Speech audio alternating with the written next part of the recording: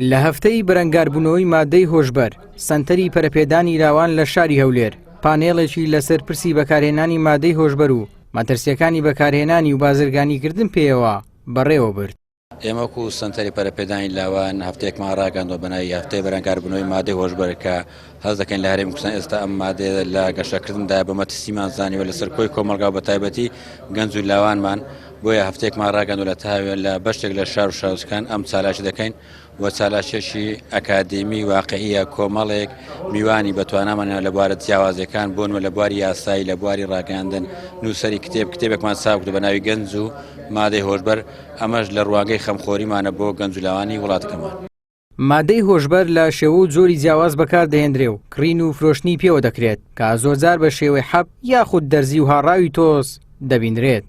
سوود و گرنگجێکی زۆری هەیە بەتایبەت بۆ ئێمەی گەنجکەوە دەبینی ڕۆژانە ئێمە دووچاری چەندان شت دەبینەوە دەیانەوێت لە هەمولایەکەوە گەنجانمان سەر لێ شێوا و بکەن بەتایبەتیش ئەم بابەتە کە زۆر مهمە لە بۆ گەنجەکان بتوانوکو خۆی جێبەجێ بکەن.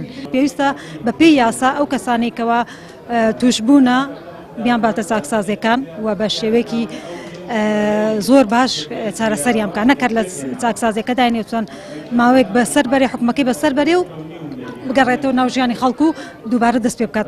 چالاکوانێکیش دەڵێت میدیا دەتوانێت ڕۆڵی کاریگەری هەبێت لە وشارکردنەوەی گەنجان لە زیانەکانی بەکارهێنانی مادەی هۆشبەر.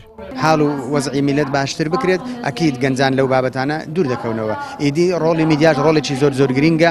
میدیاش دەتوانی بە شێوازێکی دیکە هەم مەترسیەکانی ئەو مادە هۆشبەرانە هەم خۆپارێزی چۆن ئێمە وا بکەین بڕوا بکە بەشێک لە گەنجان بەو شێوازە فێربوون لە ڕێی برادێکیەوە کە بۆ نمونە شیرنیی پێدراوە چکلێتێکی پێدراوە یا حەبێکی سەر ئێشە پێدراوە دواتر ئەو مادەی تێکراوە و منداڵی من و تۆ و کەسێکی دیکە بۆ تەزەحیە بە ئاگادار بین بەڕاستی ئەو مادە هۆشبەرانە بە شێوازێکی زۆر زیاتر لەوە مامەڵی لەگەڵ بکەین.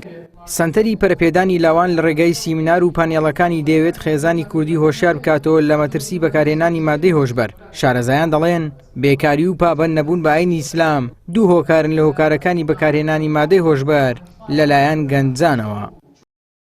ئیبراهیم زیاد، کەناڵی پەیام، هەولێر.